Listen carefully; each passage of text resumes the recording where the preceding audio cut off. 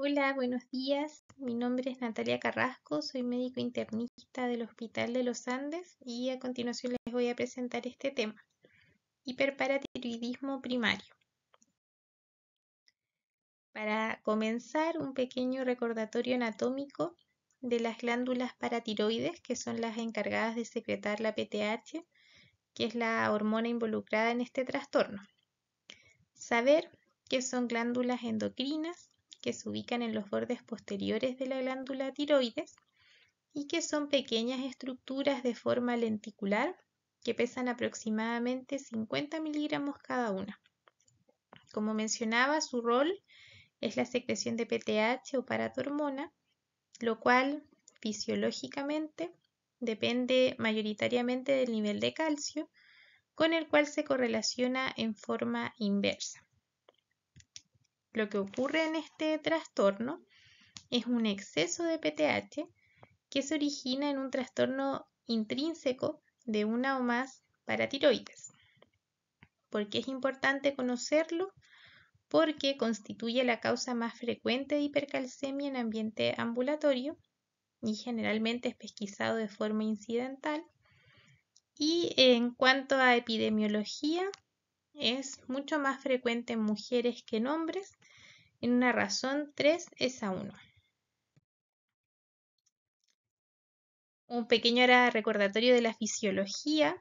Es importante conocer la homeostasis fosfocálcica para comprender las alteraciones que ocurren en el hiperparatiroidismo primario, alteraciones que podemos ver en el laboratorio y también en la clínica como tal del paciente.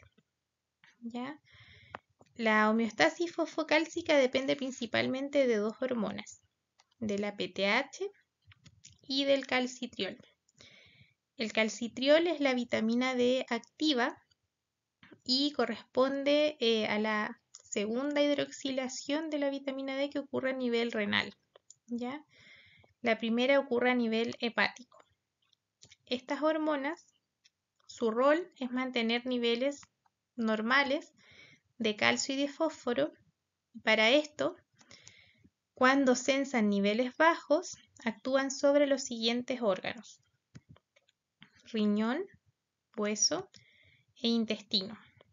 La PTH, cuando sensa niveles bajos de calcio a través del receptor sensor de calcio en la superficie de la célula paratiroidea, se eleva y actúa sobre el riñón, aumentando la reabsorción de calcio, aumentando la excreción de fósforo y para potenciar su efecto también aumentando el calcitriol.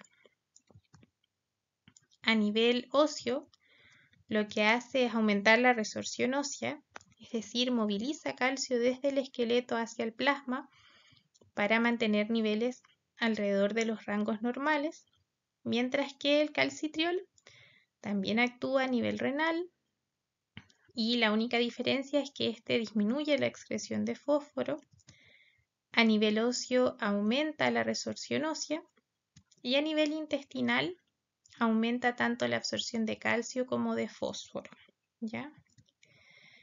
De esta manera, los efectos netos de cada hormona de la PTH es aumentar el calcio y disminuir el fósforo, y del calcitriol aumentar ambos minerales. ¿Por qué es relevante conocer esto? Porque cuando la PTH se eleva patológicamente, se exacerban sus efectos sobre sus órganos diana, ¿ya? A nivel óseo, al aumentar marcadamente la resorción ósea, lo que ocurre en estos pacientes es mayor riesgo de fracturas patológicas y, bueno, de osteoporosis como tal. Y a nivel renal, si bien aumenta la reabsorción de calcio, la PTH, cuando se superan los umbrales de reabsorción, de todas maneras se elimina calcio por la orina.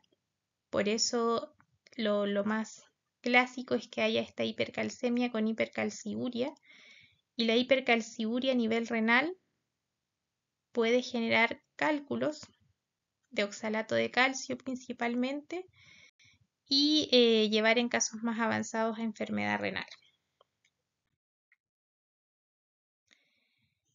Así, es importante saber que existen distintos tipos de hiperparatiroidismo. ¿Ya? Existe el hiperparatiroidismo primario, que es producto de la hipersecreción autónoma de PTH. Existe el hiperparatiroidismo secundario, en donde el exceso de PTH se origina en un trastorno extrínseco a la paratiroides, habitualmente gastrointestinal o renal. Gastrointestinal por baja ingesta de calcio, por déficit de vitamina D, que es una entidad muy frecuente, por mala absorción, por ejemplo, y a nivel renal por enfermedad renal crónica. Como mencionaba, la forma activa de vitamina D se produce a nivel renal. Entonces, en un riñón enfermo, con su parénquima enfermo, se produce menos vitamina D, lo que lleva a este hiperparatiroidismo secundario, compensatoriamente para mantener niveles normales de calcio. Y por último, el hiperparatiroidismo terciario es en los casos ya avanzados de pacientes con enfermedad renal crónica, en donde los efectos estimulantes a largo plazo del hiperparatiroidismo secundario llevan a una transformación del tejido paratiroideo que conduce a esta producción autónoma de PTH. De esta manera podemos identificar los distintos tipos de hiperparatiroidismo conociendo las causas de cada uno. ¿Ya? En el hiperparatiroidismo primario, donde existe esta producción autónoma de PTH, va a haber una PTH elevada con calcio elevado y también con calcio urinario elevado. ¿Ya? En el caso del hiperparatiroidismo secundario, generalmente van a haber niveles bajos de calcio que van a llevar a un aumento de la PTH, ¿ya? Pero también pueden estar normales cuando ya la PTH se elevó y cumplió su efecto. También saber que en el caso del hiperparatiroidismo primario, si bien lo más clásico es que el calcio esté elevado, pueden haber hiperparatiroidismos primarios normocalcémicos. Y en esos casos es importante descartar primero las causas de hiperparatiroidismo secundario, es decir, las gastrointestinales y renales. Pasando a la etiopatogenia, el hiperparatiroidismo primario se origina por el crecimiento, ya sea hiperplasia o hipertrofia, de las paratiroides. ¿Ya? Lo más frecuente, en el 80-85% de los casos, es que sea por un adenoma paratiroideo único. En el 10-15% de los casos, por hiperplasia de todas las paratiroides. En menos del 5% de los casos, por hiperplasia de paratiroides formando parte de una neoplasia endocrina múltiple. Y ya menos frecuente en contexto de un cáncer de paratiroides o de un hiperparatiroidismo primario familiar aislado. ¿Por qué se produce este crecimiento de las paratiroides? Hay descritos factores genéticos, pero que están mejor identificados en las variedades de neoplasias endocrinas múltiples o familiares. En los otros casos, que son los más frecuentes, lo que se describe son mutaciones somáticas asociadas a interacciones de polimorfismos en genes como los del sensor de calcio, receptor de vitamina D u otros, y también factores ambientales, como los niveles de calcio, de vitamina D o fosfemia, que regulan la secreción de PTH. Pasando a la clínica, lo más frecuente es que el hiperparatiroidismo primario sea sintomático u oligosintomático y que sea pesquisado como un hallazgo incidental. Las formas sintomáticas, lo más frecuente es que sean en relación a las complicaciones asociadas al hiperparatiroidismo, donde tenemos la enfermedad ósea, la osteoporosis, la osteopenia, preferentemente en hueso cortical, y que puede ser reconocible por fractura patológica o como un hallazgo en la densitometría ósea. Y también tenemos el compromiso renal por la nefrolitiasis cálcica, nefrocalcinosis o en casos más avanzados, insuficiencia renal sin otra causa que la hipercalciuria. ¿Ya? También tenemos los síntomas derivados de la hipercalcemia como tal. ¿Ya? Los más frecuentes son inespecíficos: compromiso del estado general, alteración del estado mental desde somnolencia y delirium hasta el coma, convulsiones, constipación, poliuria, anorexia, náuseas, vómitos, todos síntomas que pueden llevar a una deshidratación marcada en estos pacientes.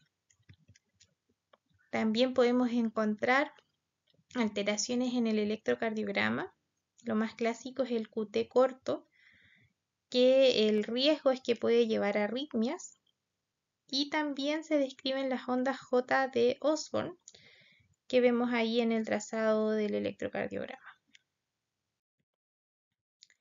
La hipercalcemia se clasifica en leve, moderada y grave.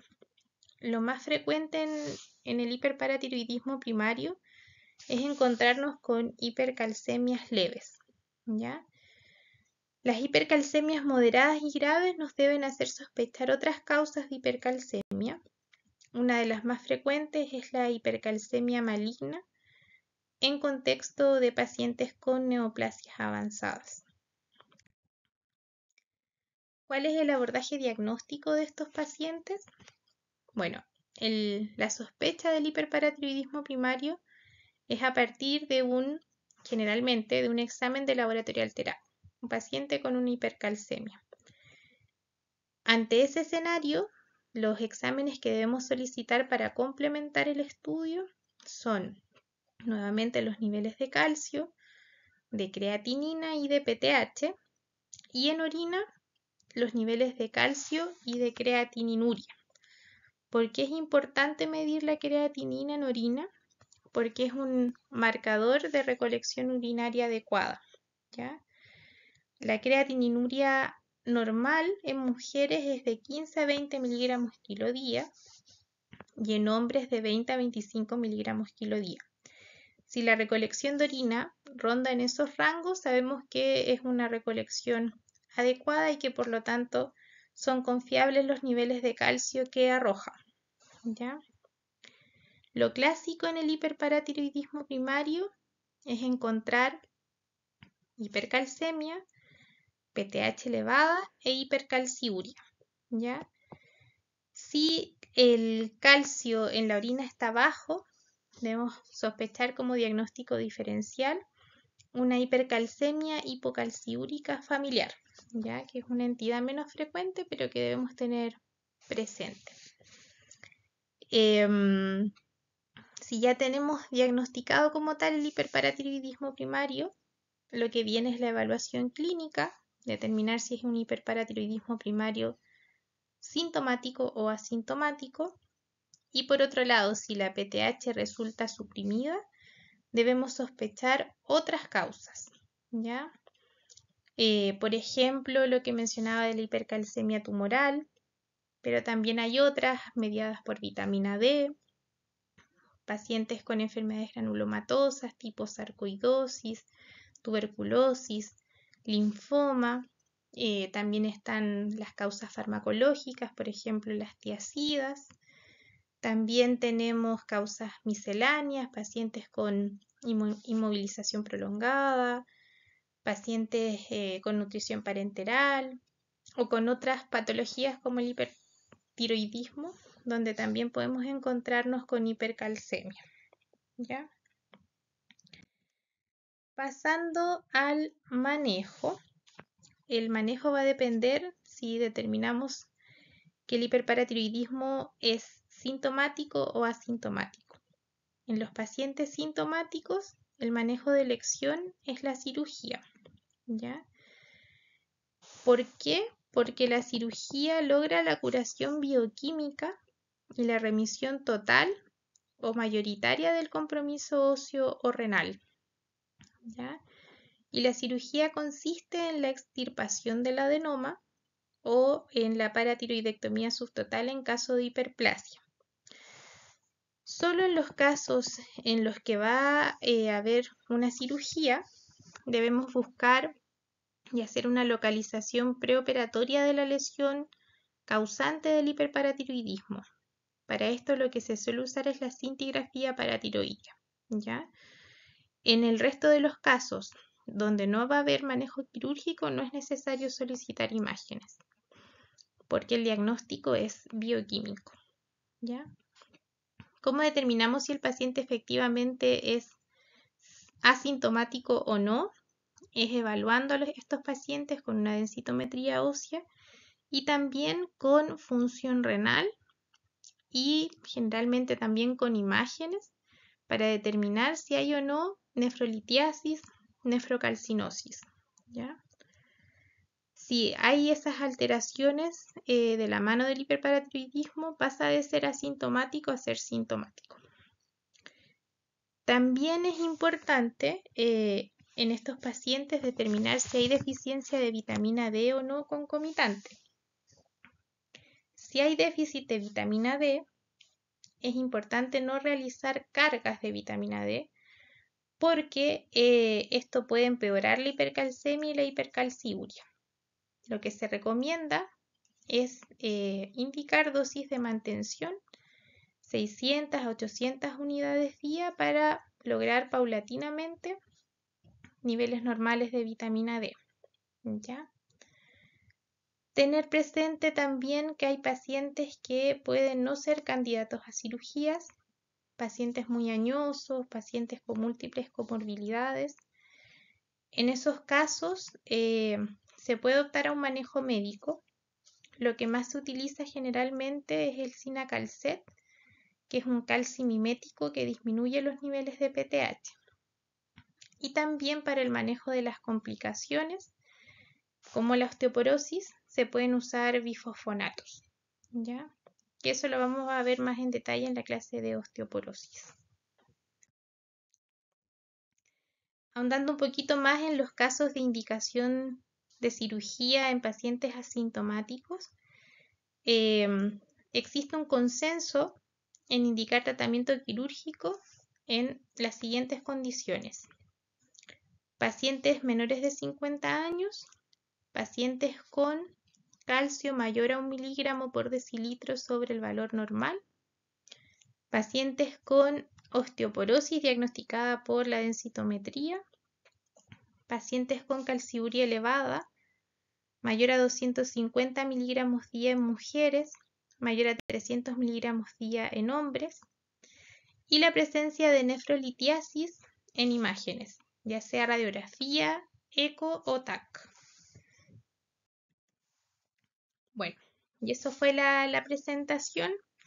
Cualquier pregunta me la pueden hacer llegar a mi correo y por esa vía nos podemos comunicar. Muchas gracias.